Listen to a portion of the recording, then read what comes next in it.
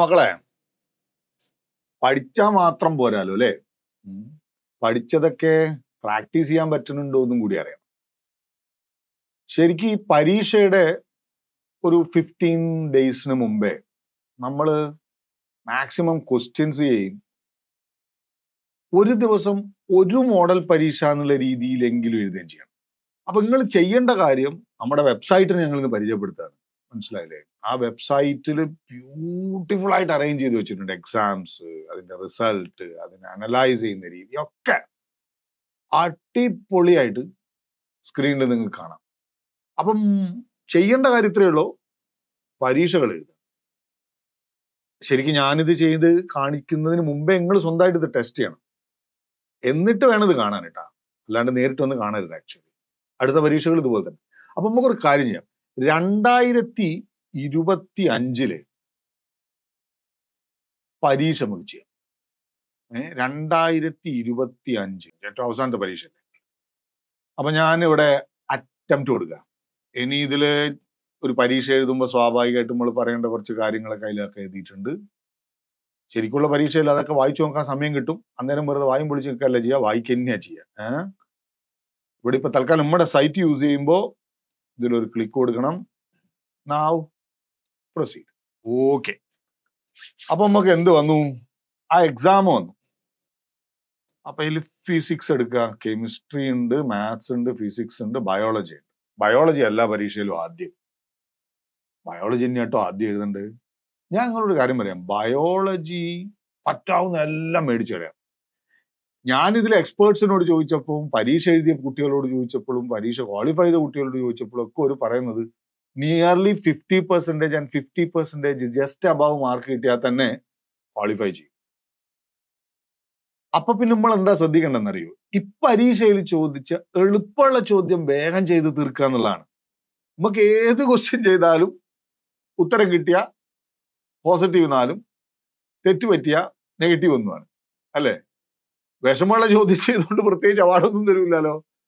അപ്പൊ നമ്മൾ ആദ്യത്തെ പണി നല്ല ക്വസ്റ്റ്യൻസ്, പറ്റാവുന്ന ക്വസ്റ്റ്യൻസ്, എളുപ്പമുള്ള ക്വസ്റ്റ്യൻസ് ആദ്യം ചെയ്യാന്നുള്ളതാണ്. എപ്പോഴും നമ്മൾ നോക്കണം. അപ്പം സെലക്ഷൻ ഓഫ് ക്വസ്റ്റ്യൻ ഭയങ്കര പ്രധാനപ്പെട്ട കാര്യം. ഇപ്പൊ ജെഇയിലാണെങ്കിലും അതെ, ഐസറിലാണെങ്കിലും അതെ. നീറ്റിനൊന്നും അതൊന്നും പറഞ്ഞിട്ട് കാര്യമില്ല, പരമാവധി ചെയ്താലേ പറ്റുള്ളൂ. പക്ഷെ ജെഇ, ഐസർ പോലത്തെ പരീക്ഷയിലൊക്കെ സെലക്ഷൻ ഓഫ് ക്വസ്റ്റ്യൻസ് അത് ഭയങ്കരമായ ടാക്ടിക്സ് ആണ്. അത് നിങ്ങൾ ഇവിടെ പ്രാക്ടീസ് ചെയ്യണം. അതിന് ഞാൻ ചെറിയ ചില ട്രിക്കുകളൊക്കെ പറഞ്ഞുതരാം. അതിനൊരു കോഡിംഗ് സിസ്റ്റം നമുക്ക് യൂസ് ചെയ്യാം. ഞാൻ പറയുന്നതിൻ്റെ ഇടയിൽ പറഞ്ഞുതരാം. ഓക്കെ. അപ്പം ആ കോഡിംഗ് സിസ്റ്റം ഞാൻ എങ്ങനെയാന്നുള്ളത് പിന്നീട് കാണിച്ചു തരാം. ഇപ്പൊ നമുക്കിപ്പോ തൽക്കാലം ഫിസിക്സിലേക്ക് കടക്കാം. ഞാൻ പറഞ്ഞു വന്ന ആദ്യം ബയോളജി ചെയ്യണം, രണ്ടാമത് നിർബന്ധമായും കെമിസ്ട്രി ചെയ്യണം, മൂന്നാമത് ഫിസിക്സ് ചെയ്യണോ മാത്സ് ചെയ്യണോ എന്നുള്ളത് നിങ്ങളുടെ ആറ്റിറ്റ്യൂഡ് പോലെ നിങ്ങൾക്ക് ചെയ്യാം. കാര്യം ബയോളജിയിലും കെമിസ്ട്രിയിലുമാണ് നിങ്ങൾക്ക് ഏറ്റവും കൂടുതൽ ചോദ്യം വായിച്ച ഉടനെ തന്നെ ഉത്തരം പറയാൻ പറ്റുന്ന ക്വസ്റ്റ്യൻസ് ഉണ്ടാവുക. അത് ആദ്യം ചെയ്തു തീർക്കണം. പിന്നെ മാത്സും ഫിസിക്സും പിന്നീട് ഏത് ചെയ്യണം നിങ്ങളുടെ ആറ്റിറ്റ്യൂഡാണ് തീരുമാനിക്കുന്നത്. ഓക്കെ. അപ്പൊ നിങ്ങൾക്ക് മാത്സ് വളരെ എളുപ്പമാണെങ്കിൽ നിങ്ങൾ മാത്സ് മൂന്നാമത് ചെയ്യണം. മാത്സിനേക്കാൾ എളുപ്പം ഫിസിക്സ് ആണെങ്കിൽ ഫിസിക്സ് മൂന്നാമത് ചെയ്യണം. അതിൽ തന്നെ ഫിസിക്സ് ചെയ്യുമ്പോൾ അതാണ് എനിക്ക് കൂടുതൽ പറയാനുള്ളത്. ബാക്കിയൊക്കെ മാത്സിന്റെയും ടീച്ചേഴ്സ് പറയായിരിക്കും. ഫിസിക്സ് ചെയ്യുമ്പോൾ എങ്ങനെ വേണം എന്നുള്ളതാണ്. അപ്പൊ നമ്മൾ തുടങ്ങാം കേട്ടോ. നമ്മൾ തുടങ്ങുകയാണ്. ഇതാണ് ക്വസ്റ്റ്യൻ. നിങ്ങൾക്ക് എന്ത് കാണാം? സ്ക്രീനിൽ ക്വസ്റ്റ്യൻ വായിക്കാം. Circular disc of mass m and radius r is rotating clockwise with uniform angular velocity omega about an axis passing through the center normal to the disk. At time t equal to 0, a torque T is applied along the same axis to oppose the rotation of the disk.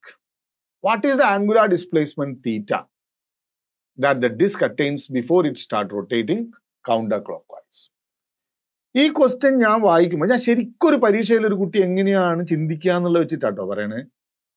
ഈ question ഞാനാണ് പരീക്ഷ എന്നെങ്കിൽ ഞാൻ ആലോചിക്കാന്ന് വെച്ചാൽ ആ ചിത്രം.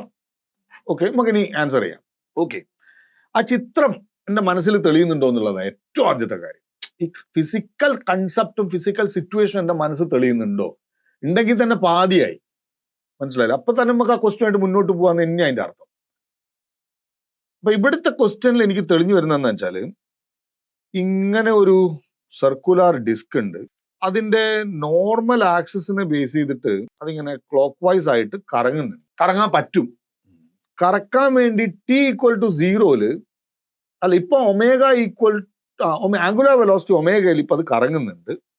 Okay, കറങ്ങിക്കൊണ്ടിരിക്കുന്ന ആ ഡിസ്കിന്റെ മേലെ ഞാൻ എന്ത് കൊടുത്തു? ഓപ്പോസിറ്റ് ഡയറക്ഷനിൽ ഒരു ടോർക്ക് കൊടുത്തു. അപ്പൊ സ്വാഭാവികമായിട്ട് അതിന്റെ സ്പീഡ് കുറയൂലേ? അതിന്റെ സ്പീഡ് കുറയും. അങ്ങനെ ഞാൻ ഈ ചിന്തിക്കുന്ന കാര്യങ്ങളോട് പറയും, ഇത്രയും സമയം ചിന്തിക്കാൻ വേണ്ടല്ലോ. ഓക്കെ, അപ്പോ ഓപ്പോസിറ്റ് ഡയറക്ഷനിൽ ടോർക്ക് അപ്ലൈ ചെയ്യുമ്പോൾ സ്പീഡ് കുറയും. സ്പീഡ് കുറഞ്ഞ് റെസ്റ്റിലായി. ടോർക്ക് വീണ്ടും ഞാൻ അപ്ലൈ ചെയ്തുകൊണ്ടേ ഇരുന്നാൽ നേരത്തെ കറങ്ങിയത് ഓപ്പോസിറ്റ് ഡയറക്ഷനിൽ അത് കറങ്ങാൻ തുടങ്ങും. അപ്പൊ നമ്മളോട് ചോദിച്ചെന്താ അറിയാ? നമ്മളോട് ചോദിച്ചത് ഓപ്പോസിറ്റ് ഡയറക്ഷനിൽ കറങ്ങാൻ തുടങ്ങുമ്പോഴേക്കും കവർ ചെയ്യുന്ന ആംഗിൾ എത്രയാണ്? അപ്പൊ ഓപ്പോസിറ്റ് ഡയറക്ഷനിൽ കറങ്ങാൻ തുടങ്ങുമ്പോഴേക്കും ഇവൻ കറങ്ങിയ ആംഗിൾ എത്രയാന്ന് ചോദിച്ചു കഴിഞ്ഞാൽ സ്റ്റോപ്പ് ചെയ്യുന്നത് വരെ ഇവൻ കറങ്ങിയ ആംഗിൾ എത്രയാന്ന് അതിന്റെ അർത്ഥം. സ്റ്റോപ്പ് ചെയ്തതിന് ശേഷമല്ലേ ഓപ്പോസിറ്റ് ഡയറക്ഷനിൽ കറങ്ങി തുടങ്ങുക. മനസ്സിലായില്ലേ? അപ്പോ ഇത് നിങ്ങൾ ആലോചിച്ച് ഇങ്ങനെ ക്ലോക്ക് വൈസിൽ കറങ്ങുന്ന ഒരു സാധനത്തിന് നമ്മൾ ആന്റി ക്ലോക്ക് വൈസിൽ ടോർക്ക് കൊടുക്കുകയാണ്. അപ്പൊ അതിന്റെ സ്പീഡ് കുറഞ്ഞ് നിന്ന് പിന്നെ അപ്പോഴൊക്കെ ടോർക്ക് ഇങ്ങനെ കൊടുത്തോണ്ട് ഓപ്പോസിറ്റ് ഡയറക്ഷൻ കറങ്ങാൻ തുടങ്ങും. അപ്പൊ ഓപ്പോസിറ്റ് ഡയറക്ഷനിൽ കറങ്ങാൻ തുടങ്ങുക എന്ന് പറഞ്ഞു കഴിഞ്ഞാൽ ക്ലോക്ക് വൈസിൽ കറങ്ങുന്നത് നിൽക്കുക എന്നാണ് അർത്ഥം. ഓക്കെ, അപ്പൊ എന്റെ മനസ്സിലേക്ക് ആഗ്രഹം വരിക അല്ലെങ്കിൽ ആലോചന വരിക, കറക്കം നിൽക്കുക എന്ന് പറഞ്ഞാൽ final angular velocity 0, initial angular velocity തന്നിട്ടുണ്ട്. നമ്മുടെ ലീനിയർ ഇക്വേഷൻ പറഞ്ഞ v² equal to u² plus 2as പോലെ ω2² equal to ω1² plus 2 alpha theta. ഇവിടുന്ന് തീറ്റ ഉണ്ട്. അപ്പൊ കറക്കം സ്റ്റോപ്പ് ചെയ്യണം. കറക്കം സ്റ്റോപ്പ് ചെയ്യണം എത്രയാ? 0. കറങ്ങുമ്പോഴേ എത്ര ഉണ്ടെന്ന് പറഞ്ഞിട്ടുണ്ട്? ω². പിന്നെ സ്റ്റോപ്പ് ചെയ്യുന്ന കേസ് ആയതുകൊണ്ട് എന്താ? -2. ആൽഫ എന്ന് പറഞ്ഞാൽ എന്താ? Angular acceleration. നമ്മളെന്താ പഠിച്ചത്? Torque equal to what? I alpha. അപ്പൊ ആൽഫ എന്ന് പറഞ്ഞാൽ എന്താ? ടോർക്കിനോട് ടി എന്നാ പറഞ്ഞ, ടോ എന്നല്ല, ടോ ബൈ ഐ. അപ്പൊ tau by I or T by I theta. എടാ ഉത്തരായടാ, ഉത്തരായി. അപ്പം 2t by I theta equal to ω² എന്നായി. അപ്പൊ 2t ബൈ ഐ ആരവിടെ? ഐ എന്ന് പറഞ്ഞ ഡിസ്കാ അല്ലെ? ഡിസ്ക് ആവുമ്പോ mr² by 2 into theta equal to ω². Right? അപ്പൊ നമുക്ക് എന്താ കാണേണ്ടത്? തീറ്റയാ കാണേണ്ടത്. തീറ്റ ആവുമ്പോ ഇതിനെ വേണമെങ്കിൽ ഒന്നും കൂടി സെറ്റാക്കിയാൽ 4t theta by mr² equal to ω² എന്നായി. സോ അപ്പൊ theta is equal to mr² ω² divided by 4t. അല്ല ഇങ്ങനെയൊക്കെ ഉണ്ടോ? നോക്കി നോക്കും നമ്മള്. Theta equal to mr² ω² by 4. So option is D. Right? Now, അടുത്ത question. നോക്കല്ലേ? A metallic cube initially kept at a temperature T is emitting black body radiation with power P. Power എന്ന് പറഞ്ഞാൽ energy per unit time. If T എന്ന് വെച്ചാൽ temperature is increased by 1%, the power being radiated increases by 4.5%. What is the approximate change, percentage increase in the volume of the cube in this process? ക്വസ്റ്റ്യന്റെ അർത്ഥം മനസ്സിലാക്കിയോ? Question നമുക്ക് എന്ത് ചെയ്യാൻ പറ്റണം? Imagine ചെയ്യാനും പറ്റണം. ഞാൻ എങ്ങനെയപ്പോ എന്നെ ചിന്തിക്കുക? മെറ്റാലിക് ക്യൂബാണ്. അത് ടെമ്പറേച്ചർ ഒരു പർട്ടിക്കുലർ ടെമ്പറേച്ചറിലാണ് അതിങ്ങനെ പവർ റേഡിയേറ്റ് ചെയ്യുന്നുണ്ട്. ടെമ്പറേച്ചർ കൂടുമ്പോൾ പവറിനെ കുറിച്ചൊക്കെയാ പറയുന്നത്. അപ്പൊ പവറും ബ്ലാക്ക് ബോഡി എന്ന് പറഞ്ഞിട്ടുണ്ട്. ബ്ലാക്ക് ബോഡിയുടെ നമ്മൾ ക്ലാസ് പഠിപ്പിച്ച കാര്യം കേട്ടാ. Power radiation, energy per unit time. നമുക്ക് ആൻസറിലേക്ക് കിടക്കണി. ഓക്കെ, നിങ്ങൾക്ക് ഇതുപോലെ എല്ലാ പ്രീവിയസ് ഇയർ ക്വസ്റ്റ്യനും ഒരു മോക്ക് ടെസ്റ്റ് പോലെ അതേ ഇന്റർഫേസിൽ ചെയ്തു നോക്കണം. 2017 മുതൽ 2025 വരെയുള്ള എല്ലാ പ്രീവിയസ് ഇയർ ക്വസ്റ്റ്യൻസും നമ്മുടെ വെബ്സൈറ്റിൽ അവൈലബിൾ ആണ്. പല ടെസ്റ്റുകളും ഫ്രീ ആണ്. ആൻഡ് ഇതുപോലെ പ്രീവിയസ് ഇയർ ക്വസ്റ്റ്യൻസിനെ ബേസ് ചെയ്തിട്ടുണ്ടാക്കിയ 20 മോക്ക് ടെസ്റ്റ് ഐസറിൽ ഇപ്പൊ പഠിച്ചുകൊണ്ടിരിക്കുന്ന സ്റ്റുഡൻസും നമ്മളെ പോലെയുള്ള അലൂമിനൈസും കൂടെ ചേർന്നിട്ട് ഉണ്ടാക്കിയ ഒരു 20 മോക്ക് ടെസ്റ്റും ഡീറ്റെയിൽഡ് സൊല്യൂഷനും നമ്മുടെ വെബ്സൈറ്റിലുണ്ട്. അപ്പൊ താഴെ ഡിസ്ക്രിപ്ഷനിൽ ഞാൻ ലിങ്ക് കൊടുക്കുന്നുണ്ട്. അപ്പോ നിങ്ങൾ ഇതുപോലെ എല്ലാ ടെസ്റ്റുകളും പ്രിപ്പയർ ചെയ്യുക, അടിപൊളിയായിട്ട് ഐസർ ക്രാക്ക് ചെയ്യുക. All the very best. അപ്പൊ കാര്യങ്ങൾ നടക്കട്ടെ. പവർ റേഡിയേറ്റഡ് എന്ന് പറഞ്ഞു കഴിഞ്ഞാൽ sigma A T raise to 4. ഇതാണെന്ത് പവറിന്റെ ഇക്വേഷൻ. ഞാൻ നിങ്ങളൊരു കാര്യം പറയും, ഈ ക്വസ്റ്റ്യൻ ഞാനാണ് പരീക്ഷ എഴുതുന്നെങ്കിൽ അവിടെ നിൽക്കട്ടെ എന്നേ വിചാരിക്കും. എന്തുകൊണ്ടാ വെച്ചാൽ ചെയ്യുമ്പോ തന്നെ ഇതിൽ എന്തൊക്കെ ഉണ്ടെന്നറിയോ, ഇതെന്തൊക്കെ ചിന്തിക്കാനുണ്ടെന്നറിയോ? വോളിയം ചേഞ്ച് കാണാൻ എന്ത് ചെയ്യണം എന്ന് വെച്ച് കഴിഞ്ഞാൽ ലെങ്തിലെ ചേഞ്ചിന്റെ ഫ്രാക്ഷൻ കണ്ടുപിടിച്ചിട്ട് അതിനെ 3 കൊണ്ട് ഗുണിക്കണം. ലെങ്തിലെ ചേഞ്ചിന്റെ ഫ്രാക്ഷൻ കണ്ടുപിടിക്കാൻ പവറിന്റെ ചേഞ്ചിന്റെ ഫ്രാക്ഷനിൽ നിന്ന് എത്തണം. അപ്പൊ ശരിക്കും ഒരു 4-5 പ്രോസസ് ഉണ്ട്. ഞാനാണ് ഇത് ചെയ്യൂല, ആദ്യം തന്നെ ചെയ്യൂല, സമയം ഉണ്ടെങ്കിലേ ചെയ്യൂ. അതാ ഞാൻ പറഞ്ഞു വന്നത്. അങ്ങനത്തെ ചോദ്യം തിരഞ്ഞെടുക്കുക എന്നുള്ളത് ഭയങ്കര വലിയ സ്മാർട്ട്നെസ് ആടാ. അപ്പം sigma A T raise to 4 ഇത് ആരാ ആള്? ഇതിപ്പോ ഒരു ക്യൂബാണ്. ക്യൂബിന് എ എന്ന് പറഞ്ഞാൽ എന്താ? ഈക്വേഷനിൽ എ എന്ന് പറഞ്ഞ ഓർമ്മയുണ്ടോ? ബ്ലാക്ക് ബോഡി റേഡിയേഷനിൽ ഈ ഈക്വേഷനിൽ എ എന്ന് പറഞ്ഞാൽ സർഫസ് ഏരിയയാണ്. അപ്പൊ ഒരു ക്യൂബിന്റെ സർഫസ് ഏരിയ എന്ന് പറഞ്ഞാൽ എന്താ? 6L² T raise to 4. ഇതാണ് പവറിന്റെ ഇക്വേഷൻ. ഇത് നമ്മളൊന്ന് വെറുതെ ലോഗരിതം എടുത്താൽ ln p ready 6 sigma okay ln natural logarithm 6 sigma T raise to 4 into L². ln ab എന്ന് പറഞ്ഞാൽ ln a plus ln b. അപ്പൊ അത് 6 സിഗ്മ, അത് കോമൺ ആണ് എല്ലാത്തിനും, ln p ln t raise to 4 plus ln L². Right? ഇനി ln p ln t raise to 4 ഇവ നമുക്ക് ഇനി ഡിഫറൻഷിയേറ്റ് ചെയ്യാം. ഡിഫറൻഷിയേറ്റ് ചെയ്യുമ്പോൾ delta P by P equal to 6 sigma constant ആയിട്ട് അവിടെ നിൽക്കട്ടെ, 4 delta T by T plus 2 delta L by L. 4 delta T by T plus 2 delta L by L. Delta P by P. ശരി, എന്താ ഈ തന്നിരിക്കണം? എന്താ? Delta T by T into 100 ആണ് 1%. 1% increase in ടെമ്പറേച്ചറിനാണ്. അപ്പൊ ഡെൽറ്റ ടി ബൈ ടി എന്ന് പറയുമ്പോൾ 0.01 എന്നാവും. അതേപോലെ delta P by P percentage change in power into 100 ആണ് 4.5% എന്ന് പറഞ്ഞാൽ. അപ്പൊ ഡെൽറ്റ പി ബൈ പി എന്ന് പറയുമ്പോൾ 0.0045. ഓക്കെ, 4.5 എന്ന് പറയുമ്പോൾ 0.045 എന്നാവും. അപ്പൊ നമ്മൾ നോക്കാം, 0.045 ഈക്വൽ ടു 4 ഇൻറ്റു 0.1% അല്ലേ കുട്ടിയെ? So 1/100 is 0.01. 0.1 4.5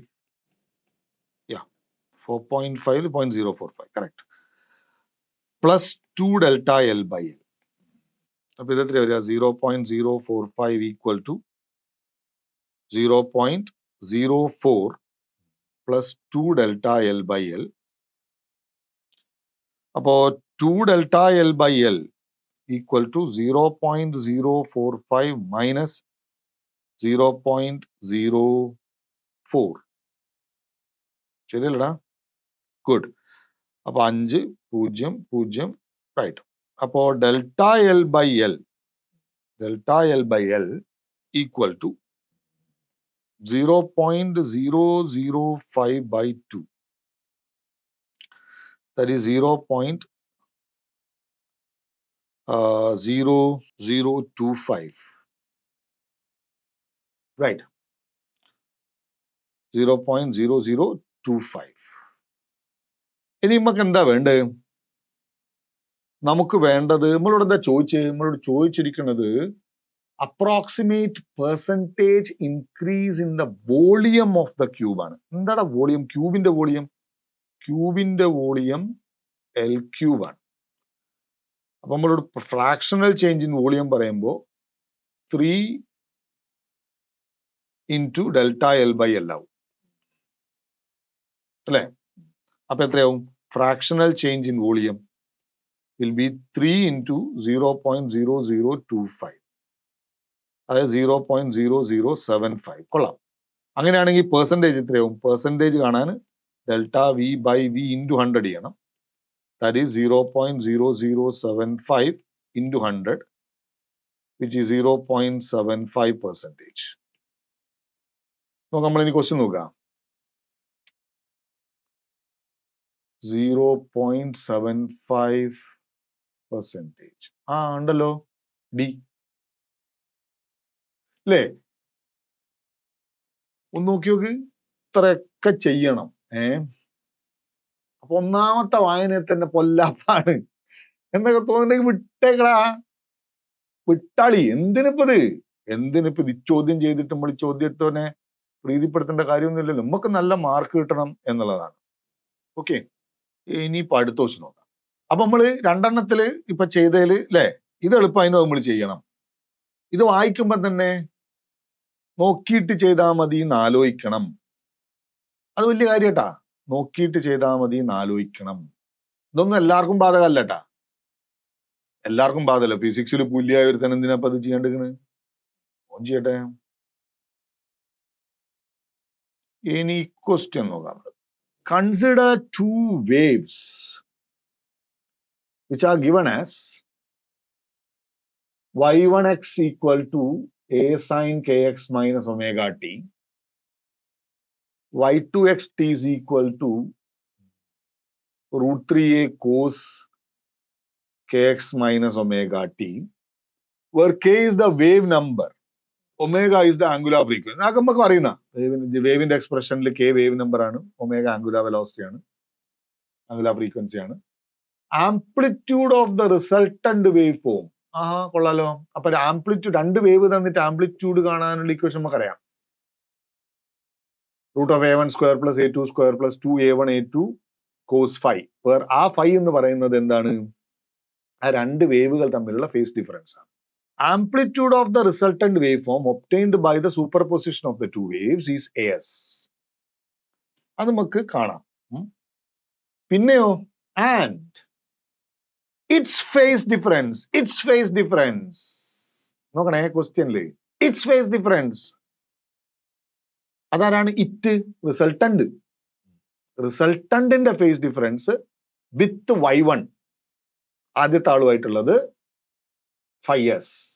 അങ്ങനെയാണെങ്കിൽ what are as and 5s എന്നാണ് ചോദ്യം. സംഗതി എനിക്ക് ഉറപ്പാണ് നിങ്ങൾക്ക് ഈ ക്വസ്റ്റ്യൻ മനസ്സിലായിട്ടില്ല. ഒന്നും കൂടി വായിച്ചു നോക്ക്.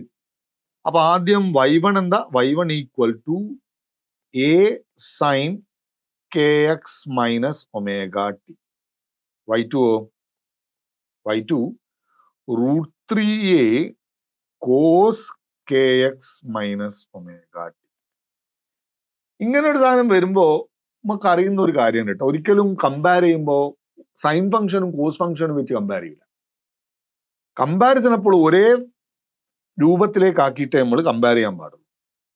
അപ്പൊ നമുക്ക് അറിയാവുന്നതാണ് കോസ് തീറ്റ എന്ന് പറഞ്ഞാൽ സൈൻ തീറ്റ പ്ലസ് 90 ആണ്, തീറ്റ പ്ലസ് π/2 അല്ലെ? അപ്പൊ അതിനെ വന്നെങ്കിൽ √3a sine theta sine K X minus omega T plus π/2 എന്ന് എഴുതാം. കറക്റ്റ്, ഞാൻ എഴുതിയാണ് correct. Sine K X minus omega T plus π/2 എന്ന് എഴുതാം. അപ്പൊ ഇനിയിപ്പോ ഇവരെ കമ്പയർ ചെയ്യുമ്പോൾ എന്താ നമ്മൾ മനസ്സിലാക്കുക, ഒരാളുടെ വേവും വേറൊരാളുടെ വേവും തമ്മിലുള്ള ഫേസ് ഡിഫറൻസ് ഉള്ളത് π/2 ആണ്. ഇനി നമുക്കറിയാവുന്ന റിസൾട്ടന്റ് ആംപ്ലിറ്റ്യൂഡിന്റെ equation root of a1 square plus a2 square plus 2a1 a2 cos delta. Delta എന്ന് പറയുന്നത് രണ്ട് വേവുകൾ തമ്മിലുള്ള ഫേസ് ഡിഫറൻസ്. അത് എത്രയാ? Root of A square plus root 3a square plus a into root 3a into cos delta cos π/2. ഈ സാധനം 0 ആയി, കോസ് 90 0 ആണ്. So it will be root of 4a square. So resultant as will be 2a. ഇത് answer ആയി. നമ്മള് waves പറഞ്ഞ പോലെ തന്നെയാട്ടാ. Waves പറഞ്ഞ പോലെ ഇത് ഓർമ്മയുണ്ട് നിങ്ങൾക്ക്? ഒരു എ വേവ്സിന്റെ അഡീഷൻ പോലെ തന്നെയാ ഫേസിന്റെ അഡീഷൻ. ഇത് ബി, ഇത് രണ്ടും കൂടി കൂട്ടിയാല് ഇതാണ് റിസൾട്ടന്റ് സി. ഇവർ തമ്മിലുള്ള ആംഗിൾ ആയിരുന്നു ഡെൽറ്റ. അപ്പൊ C was equal to root of same vectors പോലെ തന്നെയാ, A square plus B square plus 2ab cos delta. ഇതാണ് സാധനം. ഇനി ഈ റിസൾട്ടന്റും എയും തമ്മിലുള്ള ഫേസ് ഡിഫറൻസ് ആണ് ഫൈ. ഓർമ്മയുണ്ടോ മക്കളെ? നമ്മൾ വേവ്സ് പഠിച്ചാൽ വെക്ടേഴ്സ് പഠിച്ചാൽ tan phi is equal to B sine theta divided by A plus B cos theta. B sine theta divided by A plus B cos theta. അതിൽ ബി പോലെ ഇവിടെ ആരാ ഉള്ളത്? ബി പോലെ ഉള്ളത് tan phi is equal to B പോലെ ഉള്ളത് രണ്ടാമത്തെ amplitude root 3a sign 90 sign π/2. ഇവിടെ തീറ്റക്ക് വരും ഡെൽറ്റ അല്ലെ, delta divided by A plus B എന്ന് പറഞ്ഞാൽ റൂട്ട് 3a. രണ്ടാമത്തെ ആള് റൂട്ട് 3 അല്ലേ? കറക്റ്റാ. B cos π/2. അപ്പൊ കോസ് π/2 0 ആയി.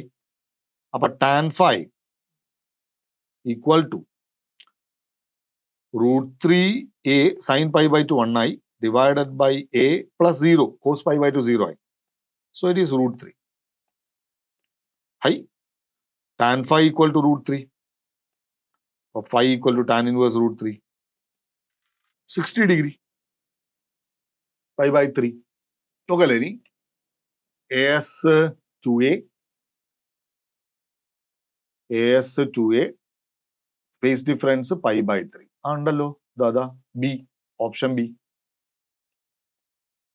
സംഭവമായി. മൂവി അല്ലേ? അടിപൊളി.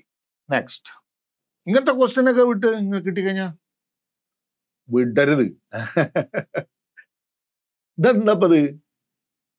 Consider an elastic collision between two particles A and B of same mass. ഒരേ മാസ്സുള്ള ആൾക്കാർ moving in the same direction. Particle A is moving at speed VA and particle B is moving at speed VB. As in the figure shown, the solid line represents motion before the collision and the dotted line represents motion after the collision. Which of the following describes motion of these two particles most accurately?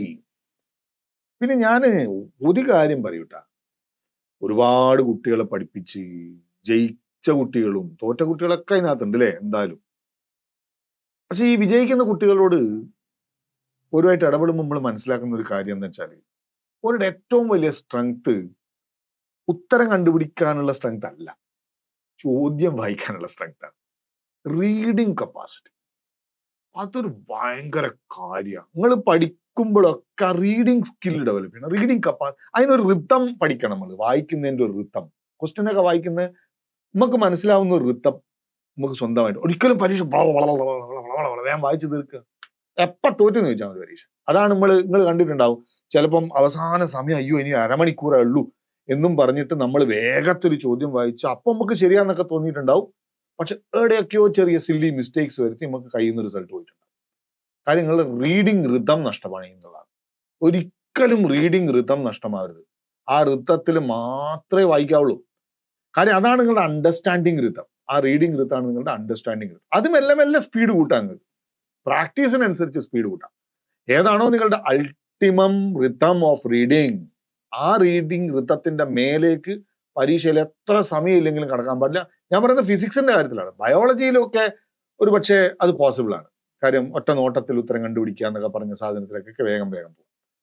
പക്ഷെ ഫിസിക്സിൽ reading rhythm വിട്ട് കളിക്കരുത്.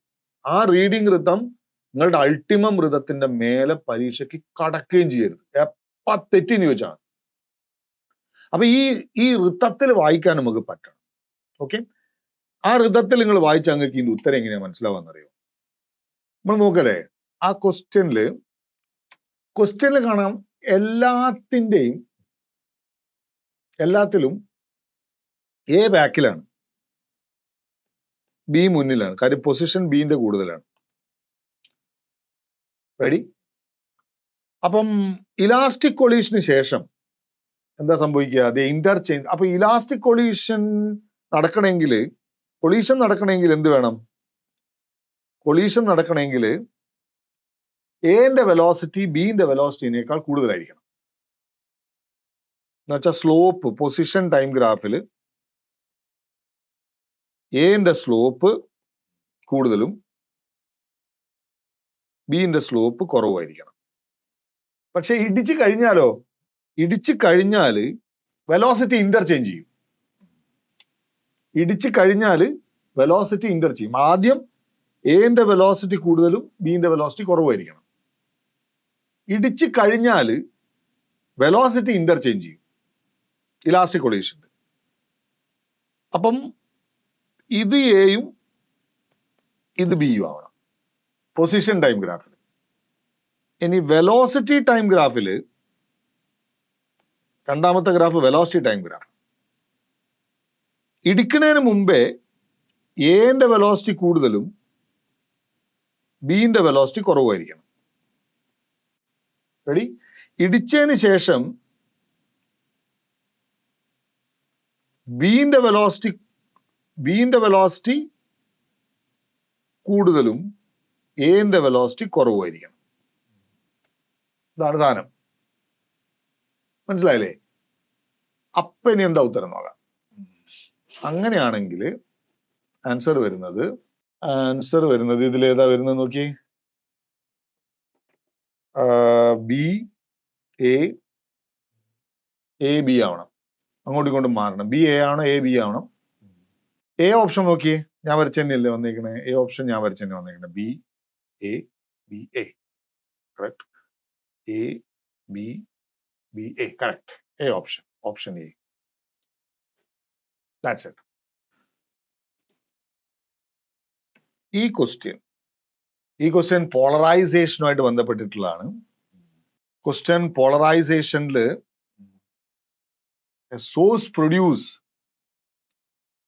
a light beam of intensity I0 polarized along the x direction. The beam is sent along z direction.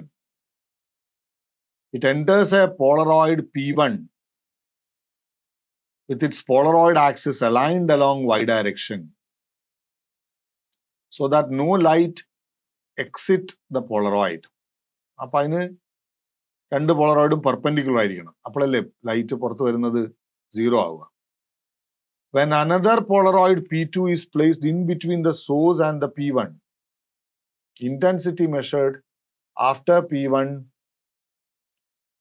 is 3I0 by 16.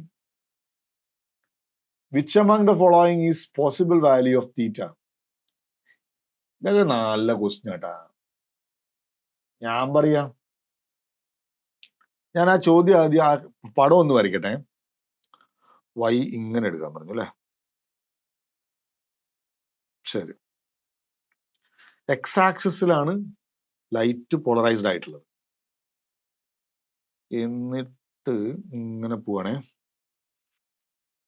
Polaroid axis ഇപ്പൊ ഒരുത്തന്റെ Polaroid axis ഇങ്ങനെയാണ്. അല്ല ഇപ്പൊ ഇവനില്ല കേട്ടാ. ആദ്യം ഇപ്പൊ ഇവനില്ല. അവനെ വെക്കണതിന് മുമ്പേ ആദ്യം ഇവനെയാ വെച്ച്. ഇവനെ വെച്ചപ്പോ ഇവനെ എങ്ങനെ വെച്ചെന്ന് വെച്ചാൽ y ആക്സിസിൽ ഇവന്റെ പോളറൈസിങ് ആക്സിസ് വെച്ചിട്ട് അന്നേരം 0 ആയിരുന്നു, അന്നേരം ഒന്നും വരുന്നില്ല. ഉറപ്പല്ലേ? കാര്യം x ആക്സിസും y ആക്സിസും പെർപെൻഡിക്കുലർ ആണ്. പെർപെൻഡിക്കുലർ ആക്സിസിൽ ഒരിക്കലും ലൈറ്റ് പുറത്ത് കിട്ടൂല. അപ്പോഴാണ് നമ്മൾ എക്സ് ആക്സിസിൽ നിന്ന് പോളറോയിഡിന്റെ ആക്സിസിനെ നിന്ന് ഒരു പർട്ടിക്കുലർ ആംഗിളിൽ ഇങ്ങനെ രണ്ടാമത്തെ ഒരുത്തനെ വെക്കണ്. ഇങ്ങനത്തെ ഒരുത്തനെ വെക്കണ് എക്സ് ആക്സിസിൽ നിന്ന് ഒരു തീറ്റ ആംഗിൾ. അപ്പൊ ആംപ്ലിറ്റ്യൂഡിന്റെ അപ്പൊ എന്താ സംഭവിക്കുക വെച്ചാൽ നേരത്തെ പെർപെൻഡിക്കുലർ എന്ന് പറയുന്ന സാധനം മാറിപ്പോകും. എന്നിട്ട് അവസാനം ഇവിടേക്ക് പുറത്തേക്ക് കിട്ടുന്നത് ചിത്രത്തിൽ പറഞ്ഞ 3I0/16 ഒരു ഇന്റൻസിറ്റിയാണ് പുറത്തേക്ക് കിട്ടുന്നത്. പുറത്തേക്ക് കിട്ടുന്നത് 3I0/16. ഇവിടുന്ന് വരുന്നത് I0. നമുക്കറിയാം ഇവിടുത്തെ ആംപ്ലിറ്റ്യൂഡിന്റെ കോസ് തീറ്റ അപ്പുറത്ത് വരുള്ളൂ. അപ്പോൾ ഇവിടുത്തെ ഇന്റൻസിറ്റിനെ ഞാൻ I1 എന്നും ഇവിടുത്തെ ഇന്റൻസിറ്റിനെ ഞാൻ I2 എന്നും വിളിക്കാം. അപ്പം I1 I0 കോസ് സ്ക്വയേർഡ് തീറ്റയാണ്. റെഡി? ഇനി ഇവിടുത്തെ I2 എന്ന് പറയുന്നത് I1ന്റെ കോസ് സ്ക്വയേർഡ് ഫൈ ആണ്. ആ ഫൈ എന്ന് പറഞ്ഞാല് എന്താ അറിയോ?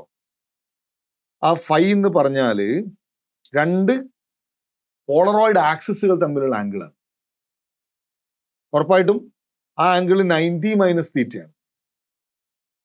So it is I1 cos squared 90 minus theta. So that is I1 I2 equal to I1 sin squared theta. I1 sin squared theta. അപ്പോൾ I2 എന്താ? I2 equal to I1ന് പകരം എനിക്ക് എന്ത് എഴുതാം? I0 cos squared theta ആണ് I1 sine squared theta. അല്ലേ? ഞാനൊരു കാര്യം പറയട്ടെ, ഇത് ഇരുന്ന് ചെയ്തിട്ട് കിട്ടിയതാട്ടാ. പരീക്ഷയ്ക്ക് നേരത്തെ ചെയ്തിട്ടില്ല ഈ ക്വസ്റ്റ്യൻ എങ്കിലും ഉത്തരം കിട്ടുമെന്ന് എനിക്ക് തോന്നുന്നില്ല, അല്ലെങ്കിൽ അത്രയും സമയം എടുക്കും. അപ്പോ I2 അല്ലെ? I2 അപ്പൊ I2 ഈക്വൽ ടു I0 ആ I2 എത്രയാ വാല്യൂ പറഞ്ഞ? 3I0/16 I0 cos theta sine തീറ്റന്റെ സ്ക്വയർ അല്ലേ? കോസ് തീറ്റ സൈൻ തീറ്റന്റെ സ്ക്വയർ. നമ്മൾ എന്താ പഠിച്ചത്? Sine 2 theta equal to 2 sine theta cos theta. അപ്പോ cos theta sine theta equal to sine 2 തീറ്റ/2. നമ്മളത് ഇവിടെ കൊടുക്കുക. 3I0/16 equal to I0 sine 2 തീറ്റ/2ന്റെ സ്ക്വയർ. I0 വെട്ടിപ്പോട്ടെ. So 3/16 equal to sine squared 2 തീറ്റ/4 എന്ന് വരും. ഇത് വെട്ടിപ്പോട്ടെ. അപ്പോ sine squared 2 theta equal to 3/4 sine 2 theta equal to അതിന്റെ റൂട്ട് √3/2. അപ്പൊ theta equal to sine inverse √3/2. Sine 60 അല്ലേ √3/2? അപ്പൊ തീറ്റ 60 ആവും. 2 theta sine 2 theta equal to √3/2 എന്നാണ്. 2 theta sine 2 theta equal to √3/2. 2 theta equal to 60, theta equal to 30. ഇങ്ങനെ ഒരു ഉത്തരമുണ്ട്. പിന്നെ 2 തീറ്റക്ക് 120 ആവാം. സൈൻ ഇൻവേഴ്സ് √3/2 180 മൈനസ് തീറ്റയും സൈൻ തീറ്റയും ഈക്വൽ ആണ്. സൈൻ 180 മൈനസ് തീറ്റയും സൈൻ തീറ്റ ഈക്വൽ ആണ്. അപ്പൊ തീറ്റ ഈക്വൽ ടു 60. ഇങ്ങനെ രണ്ട് ഉത്തരമുണ്ട്. ഇനി നമ്മൾ നോക്കിയാൽ അതെടുക്കാം. 30 ഇല്ല, 16 ഉള്ളൂ. So the answer will be A. Good. Next one. Question പറയണത് a particle of charge Q equal to 1 electron and mass m with kinetic energy K enters an electric field set up by two parallel plates of length L as illustrated in the figure. The potential difference between the two plates is V and their separation is D. What is the minimum value of K in electron volt for which the particle will not hit either of the plates? കൊള്ളാം. ഇതൊരു plate, ഇത് മറ്റൊരു plate, ഇവർ തമ്മിലുള്ള separation D ആണ് അത്രേ. എന്നിട്ട് D/2 നിന്ന് ഒരു ചാർജ്ഡ് പാർട്ടിക്കിളിനെ അയക്കുകയാണ്. ഇവർ തമ്മിൽ പൊട്ടൻഷ്യൽ ഡിഫറൻസ് ഉണ്ട്. ഇപ്പൊ സപ്പോസ് പോസിറ്റീവ് ചാർജ് ആണ് വരുന്നതെന്ന് വിചാരിക്കുക, ഇവിടെ നെഗറ്റീവ് ഇത് പോസിറ്റീവ് ആണെങ്കിൽ ഇലക്ട്രിക് ഫീൽഡ്, ഇവിടെ ഇപ്പൊ ഇലക്ട്രിക് ഫീൽഡ് താഴോട്ടാണ്, അപ്പൊ ഇത് പോസിറ്റീവ് ഇത് നെഗറ്റീവ് ആണ്, ഇപ്പൊ ഇലക്ട്രിക് ഫീൽഡ് താഴോട്ടാണ്. ഇലക്ട്രിക് ഫീൽഡ് താഴോട്ടാണ്, പോസിറ്റീവ് ചാർജ് ആണ് വരുന്നതെങ്കിൽ അവൻ ഇലക്ട്രിക് ഫീൽഡിന്റെ ഡയറക്ഷനിലേക്ക് ഷിഫ്റ്റ് ചെയ്യും. റെഡി? ചോദ്യത്തിൽ പറയുന്നത് ഇ എന്നാണ്, 1E. 1E എന്ന് പറഞ്ഞാൽ പോസിറ്റീവായിട്ട് എടുക്കേണ്ടി വരും നമ്മള്. അവൻ ഏടെയും മുട്ടാൻ പാടില്ല.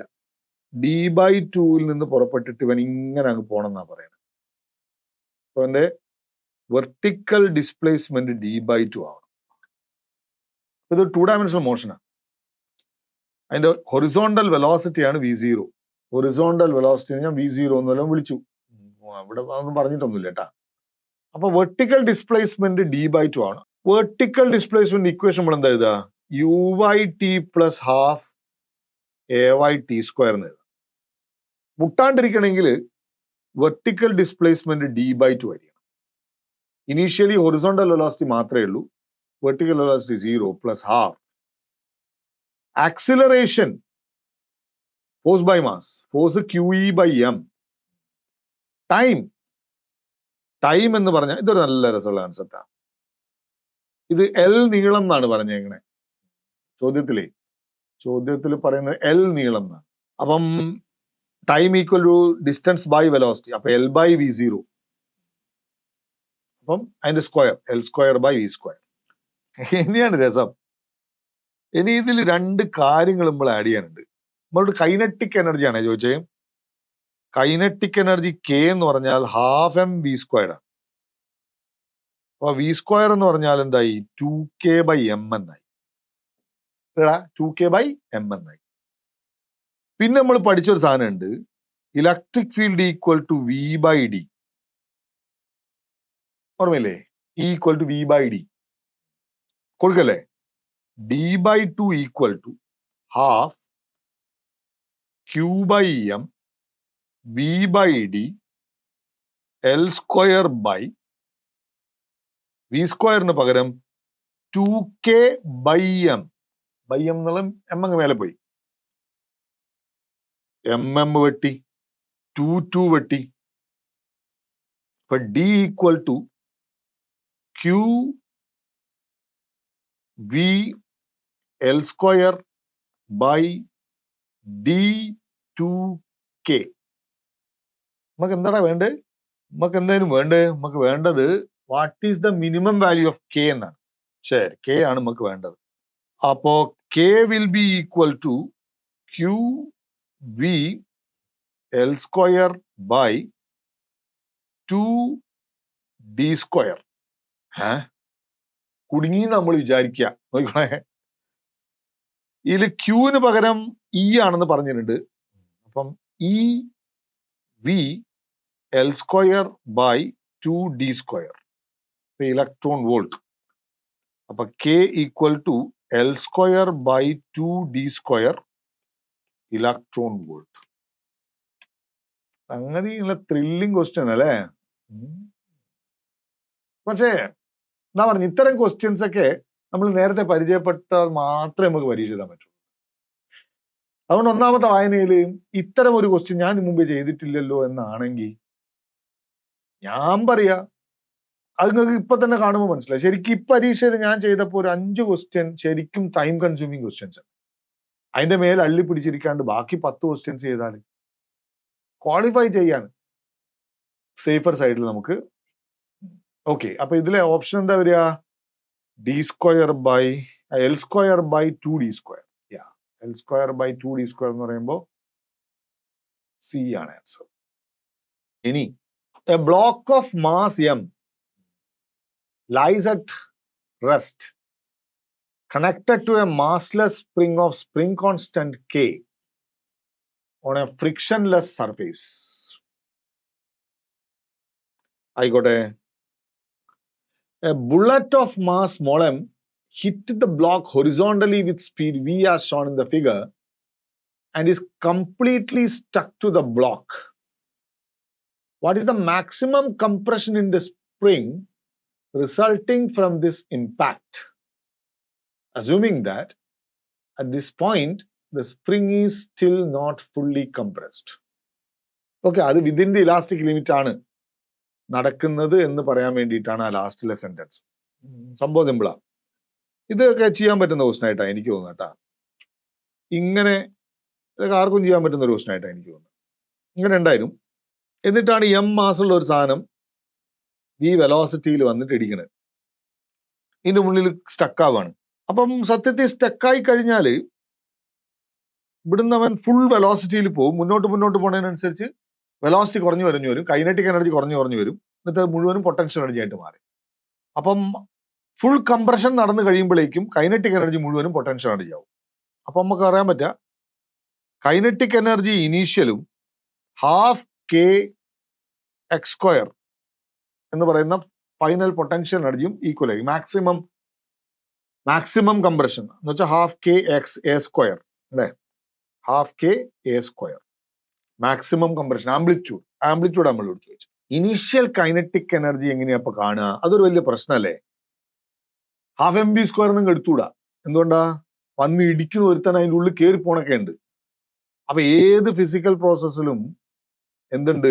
Conservation of linear moment applicable. അപ്പൊ ഇടിക്കും മുമ്പേ ചെറിയോന് മാത്രമേ മൊമെന്റ് ഉള്ളൂ, എം വി. ഇടിച്ചു കഴിഞ്ഞപ്പോ ചെറിയോൻ വലിയോന്റെ ഉള്ളിൽ കയറി കൂടി, M plus M V dash. അപ്പം ഇടിച്ചതിന് ശേഷമുള്ള വെലോസിറ്റി വി ഡാഷ് ആണ്. അത് M V by M plus M ആണ്. നമ്മൾ ഇനി കൊടുക്കല്ലേ. എന്നിട്ടോ കൈനറ്റിക് എനർജി അപ്പൊ എത്ര ഉണ്ടാവുക? Half M plus M V dash square.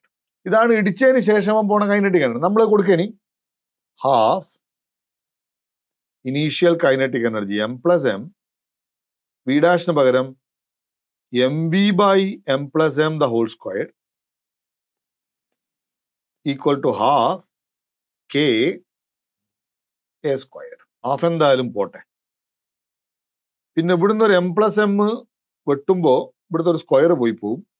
അപ്പൊ ഇപ്പുറത്ത് ഉണ്ടാവുക ബാക്കി M square V square by M plus M ബാക്കി ഉണ്ടാവും, equal to K A square എന്നുണ്ടാവും. അപ്പൊ A square will B equal to M square V square divided by K into M plus M എന്നാവും. അപ്പം A will B equal to root of M square V square by K into M plus M. ഇതാണ് എൻ്റെ ഉത്തരം. നമ്മളെന്നാ നോക്കുക അങ്ങനെ ഒന്നുണ്ടോന്ന്. Square യാ B M square V square by K into M plus M square V square divided by B അല്ലേ അത്? M square V square divided by K into M plus M.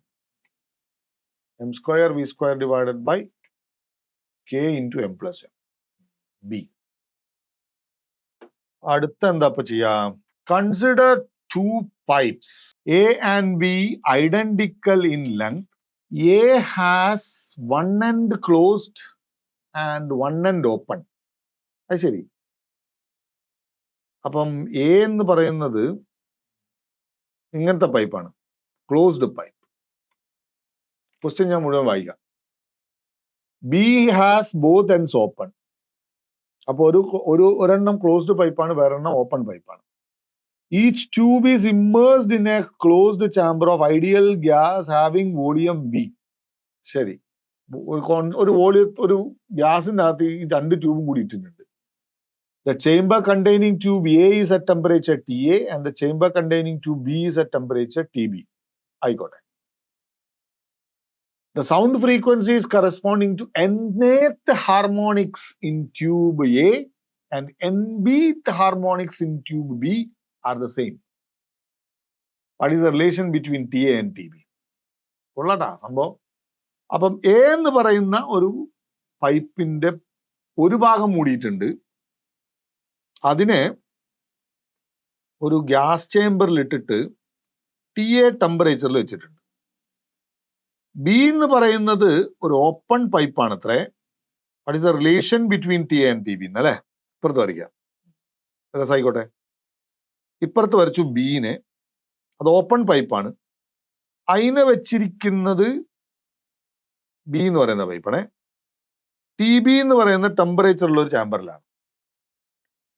nth harmonic of എയും nbth harmonic of ബിയും. അപ്പൊ നമ്മൾ മനസ്സിലാക്കേണ്ട എന്താ അറിയാ, ഇത് വേവ്സ് പഠിപ്പിച്ചപ്പോ ഞാൻ പറഞ്ഞാ അതൊന്നും പഠിപ്പിക്കാൻ എന്തായാലും പറ്റൂല അല്ലേ. ഇനിയിപ്പോ ഓപ്പൺ പൈപ്പില് fundamental frequency V/4L, sorry closed പൈപ്പില്, ഓപ്പൺ പൈപ്പില് ഫണ്ടമെന്റൽ ഫ്രീക്വൻസി V/2L ആണ്. രണ്ടിന്റെയും ഐഡന്റിക്കൽ ലെങ്ത് ആന്ന് പറഞ്ഞിട്ടുണ്ട്. അപ്പം NA ടൈംസ്, nth ഹാർമോണിക് എന്ന് പറഞ്ഞാൽ NA times equal to nbth times velocity of sound in A, velocity of sound in A by 4L, the velocity of sound in B by 4L, VB by 4L. എന്നിട്ടോ ഈ temperature ഒക്കെ കൊണ്ടുവരണടാ, velocity temperature ഒക്കെ കൊണ്ടുവരണം വെലോസിറ്റിയിലേക്ക്. എല്ലാം ഒക്കെ പോവും, അത് സമാധാനം. ഒരു ഐഡന്റിക്കൽ ലെങ്ത് ആയി ഇവിടെ ഒരു 2 മാത്രം ബാക്കിയാവും. അപ്പൊ NB VB equal to NA VA by 2 എന്നാവും. ടെമ്പറേച്ചർ ആണ്. അപ്പോഴാണ് നമ്മൾ ആലോചിക്കേണ്ടത് എന്തെന്നറിയാം, സൗണ്ടിന്റെ വെലോസിറ്റിന്റെ ഇക്വേഷൻ എന്താ? ഗ്യാസില് റൂട്ട് ഓഫ് ഗാമ RT/m. സംഭവം കിട്ടിയടാ.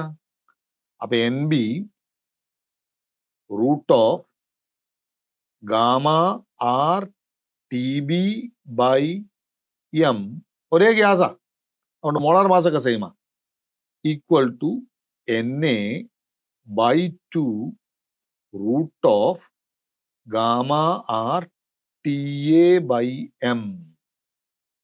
അപ്പൊ ഇതിൽ ഗാമ R/m ഒക്കെ കട്ട് ചെയ്തു അവസാനം നമുക്ക് കിട്ടും NB/TB equal to NB√TB equal to NA/2 root TA എന്ന് വരും.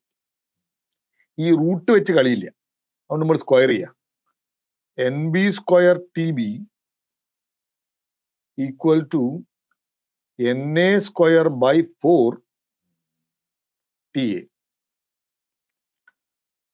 അപ്പോ ഉത്തരം വേണ്ടത് TA ആണ്. അപ്പൊ TA equal to 4NB² TB. നോക്കുക അങ്ങനെ ഒരു സാധനം ഉണ്ടോന്ന്. 4NB²/NA²T ഉണ്ടല്ലോ ആദ്യത്തെ തന്നെ അല്ലേ. 4NB²NA, കറക്റ്റ്, ആദ്യത്തെ സാധനം തന്നെ അതാണ്. ഓക്കെ, 9ാമത്തെ ക്വസ്റ്റ്യൻ നോക്കാം നമ്മള്. ഇതിലൊരു ചിത്രമൊക്കെ, ഇത് ഞാൻ ചെയ്തു നോക്കിയപ്പോ വേഗം കിട്ടുന്ന question. A cart of mass M is released from point A. The highest point of the frictionless track as shown in the figure. The car travels along the track and enters the semicircular arc DBC of radius R. Height of the point A and B are h1 and h2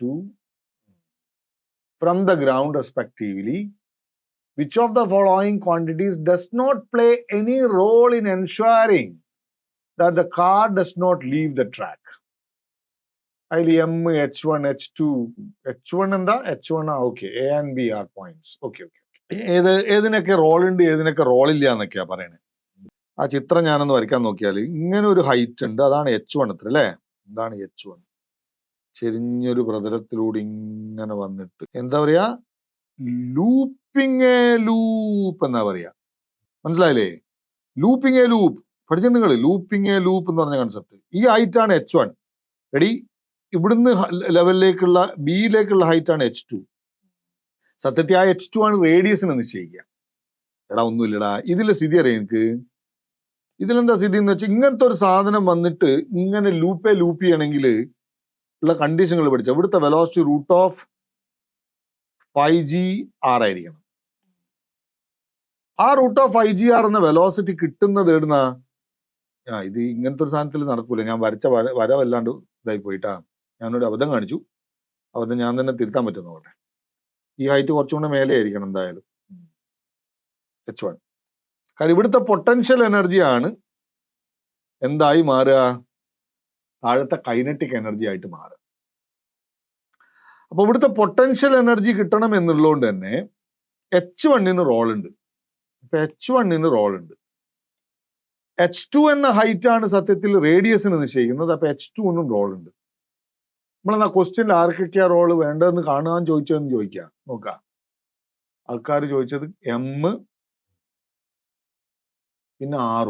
H1 H2 role ഉണ്ട്. റേഡിയസിന് തീർച്ചയായിട്ടും role ഉണ്ട്. മാസം ആരായാലും ഒരു കുഴപ്പമില്ല. ശരിക്കും എന്തുകൊണ്ടാണ് മാസം ആരായാലും കുഴപ്പമില്ലാത്തതെന്ന് നിങ്ങൾക്ക് എന്താ സംഭവം എന്ന് വെച്ചാൽ നമ്മൾ കൺസർവേഷൻ ഓഫ് എനർജി ഉപയോഗിക്കുമ്പോൾ mgh-നെയാണ് എന്ത് ചെയ്യുന്നത്? ½mv²ആയിട്ട് ഇക്വേറ്റ് ചെയ്യുന്നത്. അങ്ങനെ ഈ മാസം എന്തായി പോവും? ക്യാൻസൽ ആയി പോകും. അതുകൊണ്ടാണ് ഈ മാസിന്റെ എഫക്റ്റ് വരാണ്ടിരിക്കുന്നത്. അപ്പൊ ഇവന് റോൾ ഇല്ല. അപ്പൊ നമ്മളിവിടെ ക്വസ്റ്റ്യനില് ഉത്തരം ഏത് പറയണം? ഉത്തരം എ പറയാം.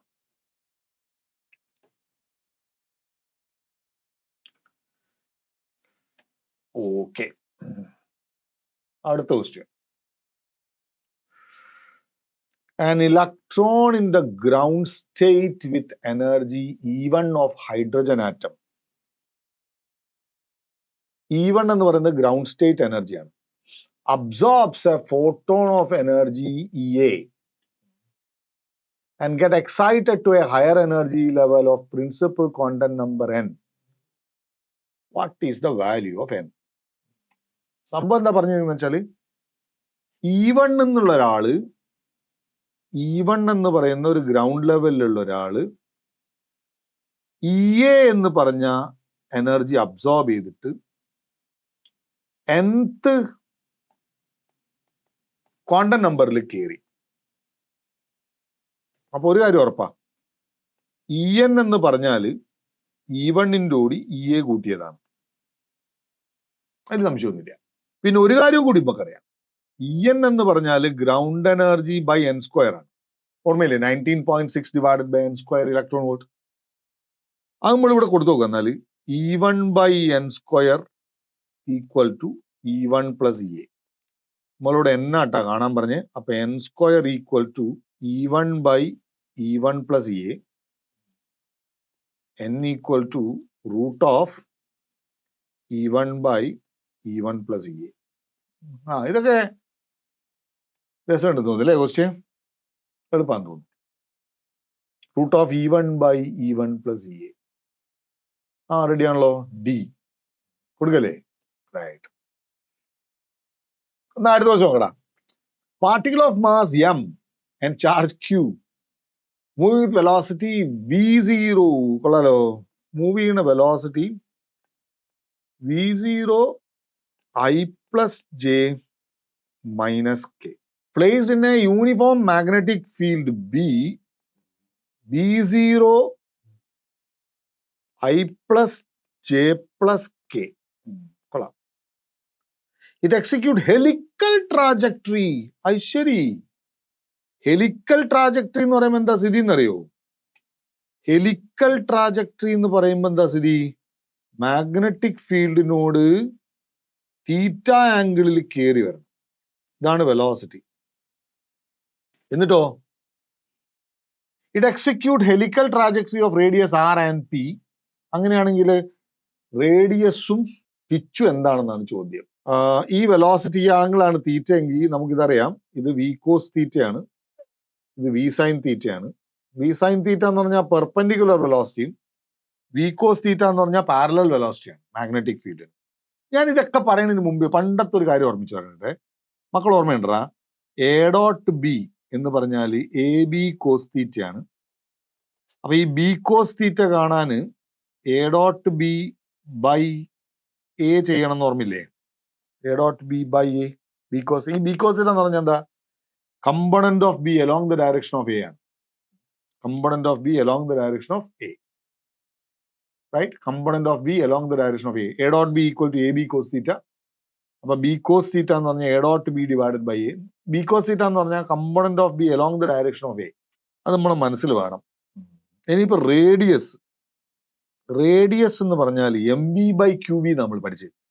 അത് സത്യത്തിൽ പെർപെൻഡിക്കുലർ വെലോസിറ്റിയാണ്. M V sine theta divided by Q B. M B by Q B M V sine theta by Q B ആണ്. അതില് വി സൈൻ തീറ്റ കാണണം അല്ലേ? അത് നമ്മള് തന്നിരിക്കുന്ന വെലോസിറ്റിയും ബി എന്ന് പറയുന്നത് ബി എന്ന മാഗ്നിറ്റ്യൂഡ് ഓഫ് മാഗ്നറ്റിക് ഫീൽഡ് ആണ്. Magnitude of magnetic field. Magnetic ഫീൽഡിന്റെ മാഗ്നിറ്റ്യൂഡ് കണ്ടാൽ equal to B zero I cap plus J cap plus K ക്യാപ്പിന്റെ മാഗ്നിറ്റ്യൂഡ് എന്താ? Root of 1 square plus 1 square plus 1 square, right? അല്ലെങ്കിൽ വേണ്ട, നിങ്ങൾക്ക് കുറച്ചും കൂടി മനസ്സിലാക്കുന്ന രീതിയിൽ ഞാൻ എഴുതാം. ഈ മാഗ്നറ്റിക് ഫീൽഡിനെ എനിക്ക് എങ്ങനെ എഴുതാം? B zero I cap plus B zero J cap plus B zero K cap എന്ന് എഴുതാം. അപ്പം മാഗ്നിറ്റ്യൂഡ് എന്താ വരിക? മാഗ്നിറ്റ്യൂഡ് എന്ന് പറഞ്ഞാൽ root of A X square plus A Y square plus A Z square. That is root of ഇവിടെ A X B zero square plus B zero square plus B zero square. എന്നുവെച്ചാൽ റൂട്ട് 3 B zero ആണ് magnetic ഫീൽഡിന്റെ magnitude, right? വെലോസിറ്റിന്റെ മാഗ്നിറ്റ്യൂഡോ? V എന്ന് പറയുന്നത് V zero I cap plus V zero J cap plus minus V zero K cap ആണ്. അതും അങ്ങനെ തന്നെയല്ലേ വരിക? അപ്പൊ വിന്റെ magnitude root of V zero square plus V zero square plus minus V zero square, അതും റൂട്ട് 3 വി സീറോ എന്നാ വരിക. അതവിടെ കിടക്കട്ടെ. പക്ഷെ നമുക്ക് വി സൈൻ തീറ്റ അറിയില്ലടാ. ശരിക്കും വി എന്ന് പറഞ്ഞാല് വി പെർപെൻഡിക്കുലർ വി സ്ക്വയർ. നമ്മൾ V square equal to V perpendicular square plus V parallel square ആണ്. വേണ്ട, നിങ്ങളെ കൺഫ്യൂസ് ചെയ്യണ്ട ഞാൻ. V square sine square theta or V sine theta the whole square plus V cos theta the whole square ആണല്ലോ V square. V cos theta കണ്ടുപിടിച്ചാൽ നമുക്ക് V sine തീറ്റ കിട്ടും. അങ്ങനെ കിട്ടാ? വി കോസ് തീറ്റ എന്ന് പറഞ്ഞാൽ എന്താ? Component of V along the direction of the magnetic field. Okay, അപ്പൊ നമ്മൾ ഈ മാഗ്നറ്റിക് ഫീൽഡിന്റെ യൂണിറ്റ് വെക്ടർ ആണ് V dot unit vector magnetic field. എന്താ വരിക? V into 1, ready? A B cos theta അല്ലേ? ഇത് കോസ് തീറ്റ, കറക്റ്റ്. അപ്പൊ വി കോസ് തീറ്റ കിട്ടാൻ V dot unit vector magnetic field ചെയ്താൽ മതി വി കോസ് തീറ്റ കിട്ടാൻ. അപ്പോ unit vector magnetic field, good. So V dot vector V by modulus B അല്ലേ? എന്താ വി എന്ന് പറഞ്ഞാല് നിങ്ങൾക്ക് ഇപ്പൊ തോന്നില്ലേ ഇതൊക്കെ എന്താ സാറേ ചെയ്യുന്നത്, ഇതൊക്കെ എങ്ങനെയാ ഞങ്ങൾക്ക് തോന്നുന്നില്ലേ? സത്യമാണ്, നിങ്ങൾക്ക് ഇത് തോന്നല് വലിയ പാടാ. നിങ്ങളെ ഭയങ്കര മിടുക്കന്മാർക്കൊക്കെ തോന്നി എന്നൊക്കെ ഇരിക്കും. അതുകൊണ്ടാണ് ഞാൻ പറഞ്ഞേ ക്വസ്റ്റ്യൻ സെലക്ഷൻ എന്ന് പറഞ്ഞാൽ വലിയ കാര്യടാ. ഇപ്പൊ ബി എന്ന് പറഞ്ഞാൽ B zero I cap plus B zero J cap plus B zero K cap divided by modulus B എത്രയാ? റൂട്ട് 3 ബി സീറോ. ഇപ്പൊ എത്രയാവും? ഇതാണ് നമുക്ക് എന്ത് കിട്ടുക? വി കോസ് തീറ്റ കിട്ടട്ടാ. ഇതാണ് വി കോസ് തീറ്റ കിട്ടും. അതിപ്പോ ബി സീറോ ഇൻറ്റു അല്ലെ, സോറി ഇവിടെ ഇതിട്ട് ഇൻറ്റു, ഇതിലെ ബി സീറോ ക്യാൻസൽ ആയി പോകും. പിന്നെ ബാക്കിയുടെ I dot I V zero by root 3 B zero I dot I plus V zero by root 3 B zero j dot j minus v0 b0 by root 3 b0 k dot k. അപ്പോൾ ഒരു plus ഒരു മൈനസും cancel ആകുമ്പോൾ അവസാനം ഒന്ന് മാത്രം ബാക്കി ഉണ്ടാവും. v0 b0 by root 3 b0. ഞാൻ എന്താ അങ്ങോട്ട് പറഞ്ഞേ, V square equal to V sine theta the whole square plus V cos theta the whole square. V എന്താ, മോഡുലസ് വി എന്ന് വെച്ചാൽ റൂട്ട് 3 v0. അപ്പൊ root 3 v0 whole square equal to V sine theta the whole square plus V cos theta. ഇപ്പൊ എന്താ കിട്ടിയേ, v0 ഇവിടെ v0 by root 3 ഉണ്ടാവും അല്ലെ, v0 b0 ബൈ റൂട്ട് 3 ഉണ്ടാവും. ശരിയാ, v0 by root 3 the whole square. അപ്പോ 3v0 square equal to V sine theta the whole square plus v0 square by 3. So v sin theta the whole square equal to 3v0 square minus v0 square by 3. That will be 9v0 square minus v0 square by 3. That will be 8v0 square by 3. Cherry. Now what is radius? Radius equal to m v sin theta. ഇത് v sin theta square അല്ലേ. അപ്പൊ v sin theta എന്താ വരിക, 8ന്റെ root എന്ന് പറയുമ്പോൾ 2 root 2, v0 സ്ക്വയറിന്റെ root v0 by root 3. കൊള്ളാം. m v sin theta by qb, that is m. V sin theta is 2 root 2 v0 by root 3 divided by q.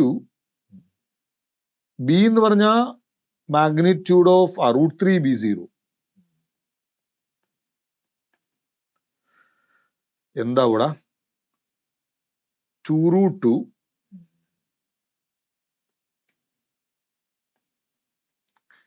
mv0 divided by 3q b0.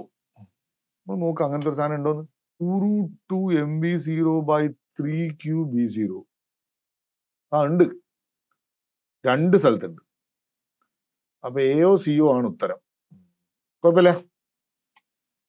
ഇനി time, ഇനി എന്താ ചോദിച്ചേ, ഇതിപ്പോ കിട്ടിയ എന്താ, ഇതിപ്പോ കിട്ടിയ റേഡിയസ് ആണ്. പിച്ച് ചോദിച്ചിട്ടുണ്ട്, പിച്ച് ഓഫ് ദ ഹെലിക്സ്. നമ്മൾ എക്സ് എന്ന് വിളിച്ചാൽ അത് ഓർമ്മയുണ്ട്, അത് V cos theta into time period ആണ്. V cos theta into time period ആണ് പിച്ച് എന്ന് പറഞ്ഞാൽ. വി കോസ് തീറ്റ എന്താടാ കിട്ടിയേ, V cos theta v0 by root 3. V cos theta v0 by root 3 into time period 2πm by QB ആണ്. 2πm by QB. B എന്താ, root 3 b0. കൊള്ളാം. അപ്പൊ എന്താവും, 2πm v0 by root 3 into root 3, 3qb0. Good. ഇതും കൂടി നോക്കാം. നേരത്തെ നമ്മൾ എന്തായാലും കണ്ട് എയോ ബി ഓർ സി ആയിരുന്നു, അതെ എ ഓർ സി ആയിരുന്നു. റെഡി ആണല്ലോ. 2πm v0 by 3qb0. Correct ആണ്. എ പിടിച്ചു. ഓക്കെ, ഇനി എന്താ പറയണേ, അടുത്ത question. Particle of mass M and charge Q. ഞാൻ അങ്ങോട്ട് മറ്റേ ആ റിതമിന്റെ കാര്യം പറഞ്ഞില്ല, സംഭവം നിങ്ങൾ പ്രാക്ടീസ് ചെയ്യണ്ട. ഞാനിപ്പം വായിക്കുന്ന രീതിയിലേ എൻ്റെ ഒരു റിതം, ഞാൻ പരീക്ഷ എഴുതാൻ പോകുന്നൊന്നല്ലല്ലോ, ഞാൻ കുട്ടികളെ പഠിപ്പിക്കുന്ന മാഷല്ലേ. അപ്പൊ ഞാൻ പഠിപ്പിക്കുന്ന ഒരു വിധത്തിലാണ് എൻ്റെ വായന. ഒരുപക്ഷെ ഞാൻ പരീക്ഷ എഴുതി ഞങ്ങൾ എത്ര പോലെ എനിക്ക് മാർക്ക് കിട്ടുമെന്ന് എനിക്ക് ഉറപ്പൊന്നുമില്ല കേട്ടാ. അത് പ്രാക്ടീസ് ചെയ്ത് വരുന്ന ഒരു സാധനമാണ്. അപ്പോ ഞാൻ പഠിപ്പിക്കുന്ന ഋതത്തിലാണ്. ആ ഋതം നിങ്ങൾക്ക് മതിയാവില്ല കേട്ടാ. നിങ്ങൾക്ക് പരീക്ഷ എഴുതുന്ന ഋതം പിടിക്കണം. ആ ഋതം ഭയങ്കര ഘടക. A particle of mass smaller than charge q is accelerated through a distance d1 by an electric field E. അപ്പൊ എന്റെ മനസ്സിലേക്ക് ഇങ്ങനെ കയറി വരിക ഒരു ചാർജ്ഡ് പാർട്ടിക്കിളിനെ ഇലക്ട്രിക് ഫീൽഡ് ആക്സിലറേറ്റ് ചെയ്യുന്നതൊക്കെ. അനദർ പാർട്ടിക്കിൾ മാസ് മാറി capital M and charge Q is accelerated by the same electric field. അപ്പൊ ഇലക്ട്രിക് ഫീൽഡ് മാറുന്നില്ല ത്രൂ എ ഡിസ്റ്റൻസ് d2. അപ്പൊ ഇലക്ട്രിക് ഫീൽഡ് വെച്ച് ആക്സിലറേറ്റ് ചെയ്യിക്കുമ്പോൾ കൈനറ്റിക് എനർജി ഒക്കെ കിട്ടുമെന്ന് എനിക്കറിയാം. Both the particle emerges with the same de Broglie wavelength lambda. What is the ratio d2 by d1? അത് ശരി, ഇവരിപ്പോ എന്താ ചെയ്യാൻ പോണേ? de Broglie wavelengthനെയും ചാർജ്ഡ് പാർട്ടിക്കിളിനെ ആക്സിലറേറ്റ് ചെയ്യുന്നതിനെയൊക്കെ കണക്ട് ചെയ്യുക. അപ്പൊ എന്താ നമ്മൾ ചെയ്യുക? de Broglie wavelength എന്താ നമ്മൾ പഠിച്ചത്? h by mb, അല്ലെങ്കിൽ അത് h by p, അല്ലെങ്കിൽ അത് h by root of 2m into kinetic energy. എടാ ചാർജ്ഡ് പാർട്ടിക്കിളിനെ ആക്സിലറേറ്റ് ചെയ്താൽ കൈനറ്റിക് എനർജി എന്ന് പറഞ്ഞാൽ QV. എന്ത് രസമായിട്ട് ഇക്വേഷൻ എഴുതി. ഞാൻ എല്ലാം എഴുതിയേ, എല്ലാ ഇക്വേഷൻസ് വരും. ഇതാണ് ലാംഡ എന്ന് വെച്ചാൽ de Broglie wavelength. നമ്മളോട് എന്താ പറഞ്ഞേക്കണേ? രണ്ടാളുടെയും ചാർജ് സെയിം ആണ്, പക്ഷെ ആക്സിലറേറ്റ് ചെയ്യുന്ന ദൂരം വ്യത്യാസമുണ്ട്. ശരി, d2 d1 ഒക്കെയാണ് ചോദിച്ചത്. Accelerated through a distance d1 by an electric field E. Another charged particle of mass m and charge q is accelerated by same electric field through distance d2. അപ്പൊ v equal to E into d കൊടുക്കാം, കുഴപ്പമില്ല, കൊടുക്കാം. അപ്പൊ ഇത് രണ്ടാളുടെ h same ആണ്, lambda same ആണ്. അപ്പൊ h by root of 2m q v1 e1 d1 same electric field E d1 equal to h by root of 2 capital M q E d2. ഇങ്ങനെ കിട്ടണമെങ്കിൽ എന്ത് വേണടാ? m d1 should be equal to capital M d2. അങ്ങനെ കിട്ടണമെങ്കിൽ എന്ത് വേണം? d2 by d1 will be equal to m by m. That's it. m by m. Okay. d2 by d1 equal to small m by capital M. ഉണ്ടല്ലോ a.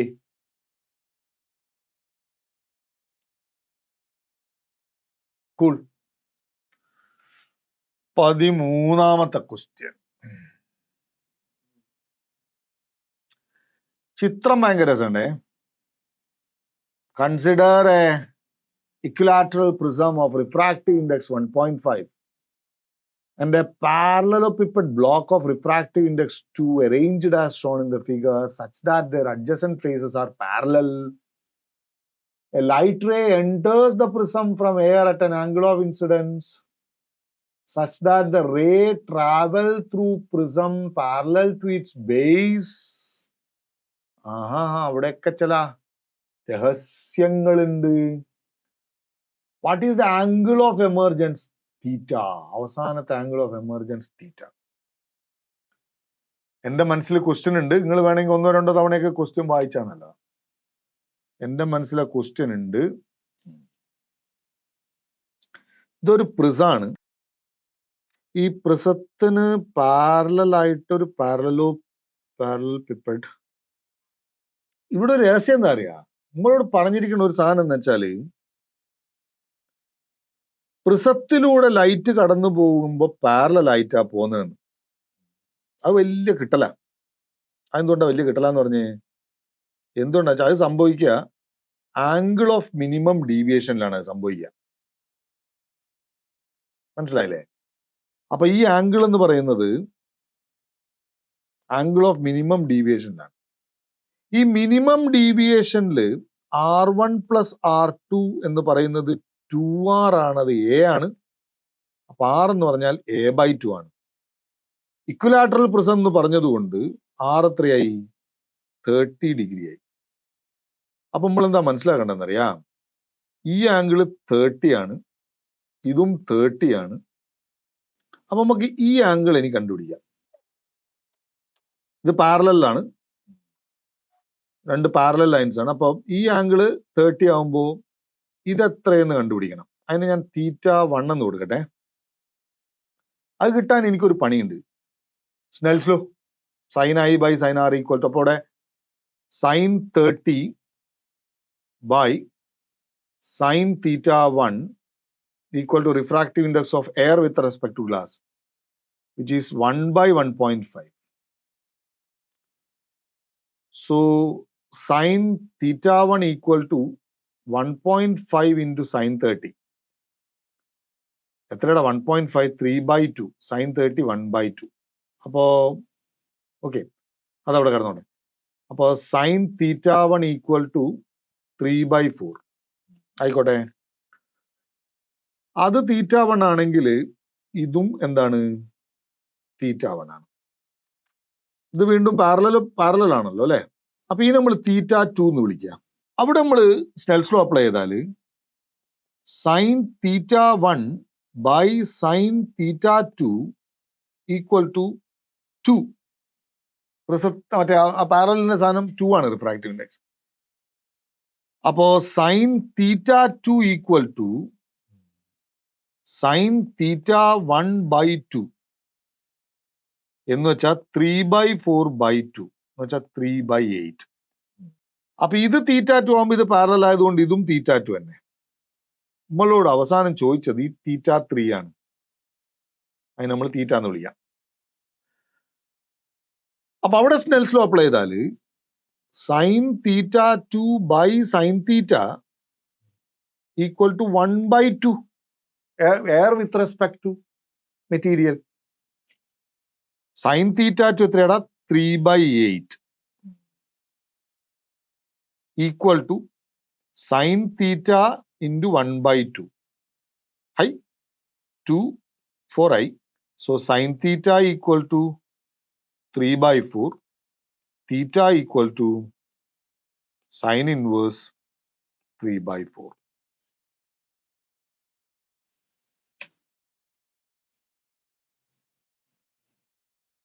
Yes, sine inverse 3 by 4. Option is D.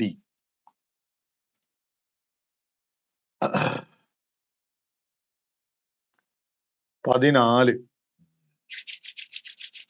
What is the potential difference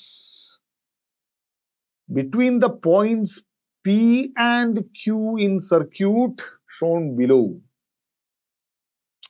once capacitor are fully charged? നല്ല രസിക്കാൻ ക്വസ്റ്റ്യനാ. പിയും Q point ഓർമ്മിച്ചോളെ. ഞാൻ ആ ചിത്രം ഒന്ന് വരയ്ക്കാം. വരച്ചാൽ ഇവിടെയാണ് പിയും ക്യൂ.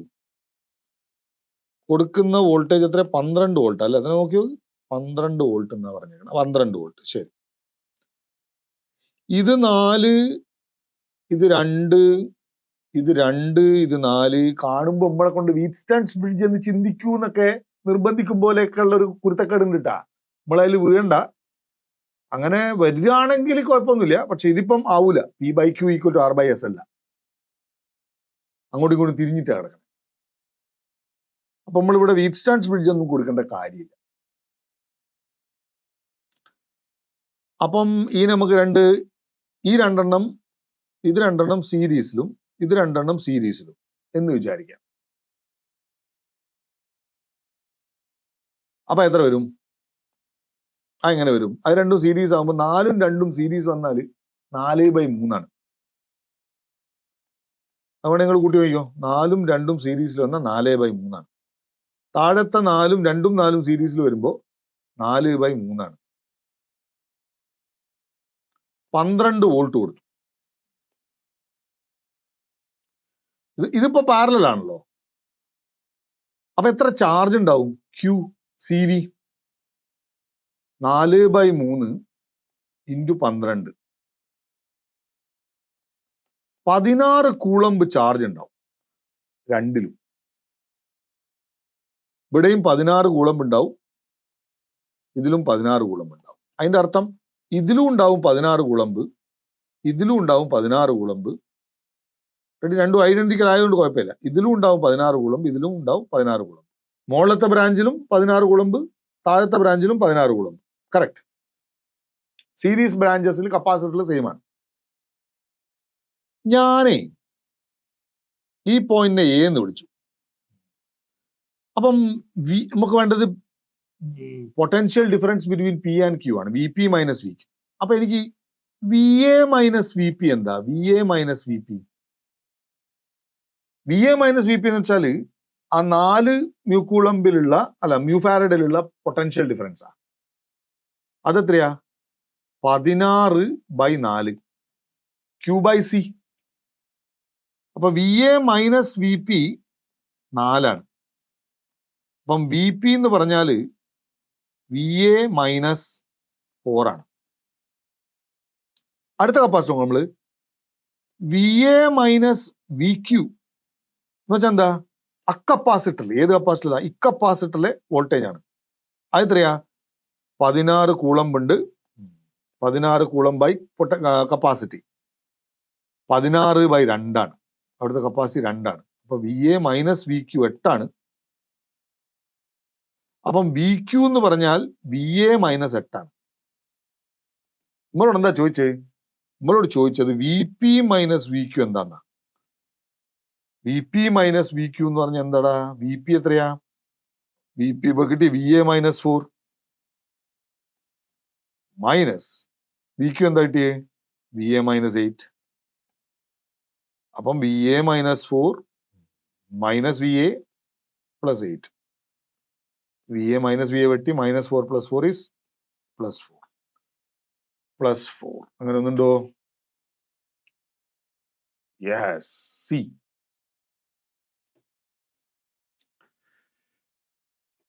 ഇനി അടുത്ത ക്വസ്റ്റ്യനാ. ഈ ക്വസ്റ്റ്യന് ഒരു ഇൻഡ്യൂഷനിലേ ചെയ്യാൻ പറ്റുള്ളൂ. Charged particle is moving in a circular orbit with radius r and orbital angular velocity omega in presence of a magnetic field. ഇതെന്താ നമ്മൾ വെച്ചാൽ ഇങ്ങനെ ഒരു ചാർജ്ഡ് പാർട്ടിക്കിള്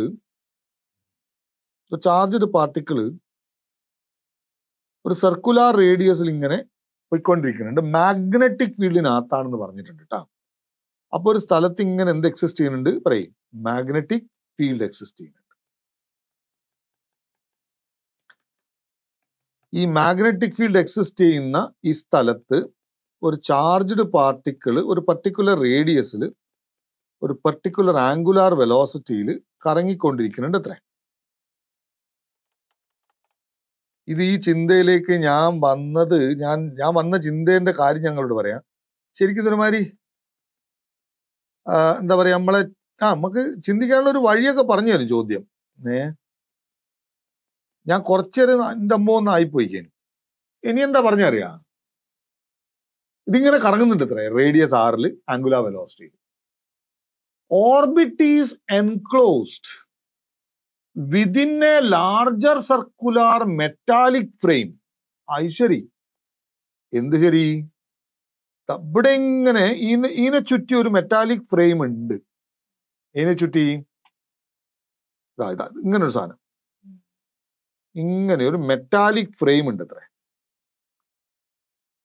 മെറ്റാലിക് ഫ്രെയിം, ഇങ്ങനെ ഒരു മെറ്റാലിക് ഫ്രെയിം അത്ര. എന്നിട്ടോ the frame is concentric and coplanar with the orbit. ശരിയാ, ഞാൻ ചെയ്തത് ശരിയാ. ആ ഫ്രെയിം കോപ്ലാനാർ ആണ്. The radius of frame is now gradually decreased. അത് ശരി, ഈ ഫ്രെയിം ഇങ്ങനെ ചുരുങ്ങി വരും അത്ര. Assuming that the particle remain within the frame all the time. എന്ന് വെച്ചാൽ ഉള്ളിലേക്ക് കയറി പോകുന്നില്ല, ഇങ്ങനെ ചുരുങ്ങി വരിക. What changes to the trajectory of the particle will occur as the frame is being shrunk? ഇതാണ് ചോദ്യം. അപ്പൊ ഞാൻ ചിന്തിച്ച ഒരു കാര്യം, എന്നെ ചിന്തിപ്പിച്ച രീതി എന്താ വെച്ചാൽ, മാഗ്നറ്റിക് ഫീൽഡിൽ വെച്ച് ഒരു മെറ്റാലിക് ഫ്രെയിം ഷ്രിങ്ക് ചെയ്യുന്നു. മാത്രമല്ല ഇപ്പം മറ്റോ മാഗ്നറ്റിക് ഫീൽഡിൽ കറങ്ങുകയാണ്. അപ്പൊ മാഗ്നറ്റിക് ഫീൽഡിൽ കറങ്ങുമ്പോൾ R = mv/qb ഇതാണ്. പിന്നെ ടൈം പീരീഡ് = 2πm/qb. അപ്പൊ ആംഗുലാർ വെലോസിറ്റി = qb/m. ഇതാണല്ലോ ഇവിടെയുള്ള ഇക്വേഷൻ എന്ന് എനിക്ക് ഓർമ്മയുണ്ട്.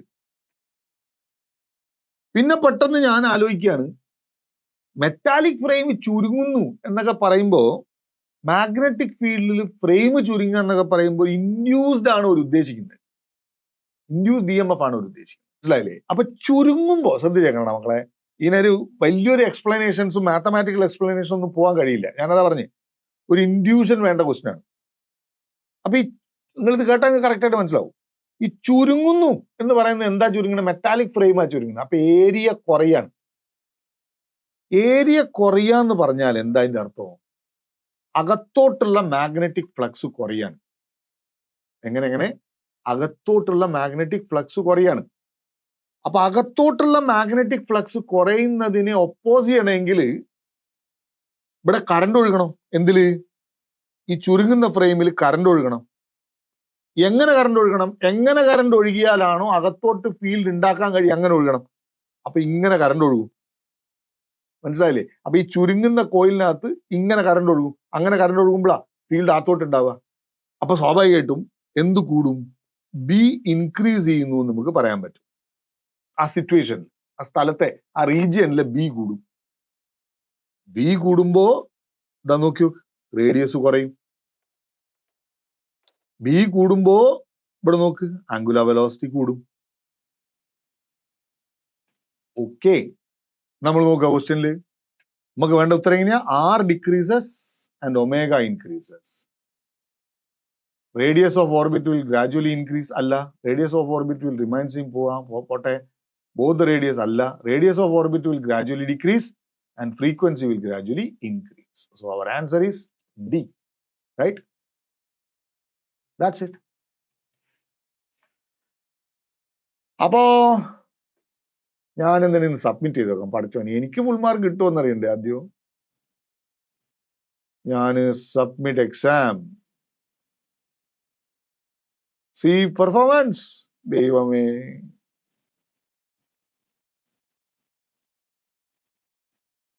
തെറ്റിയുണ്ടോ? റോങ് ഉണ്ടോ?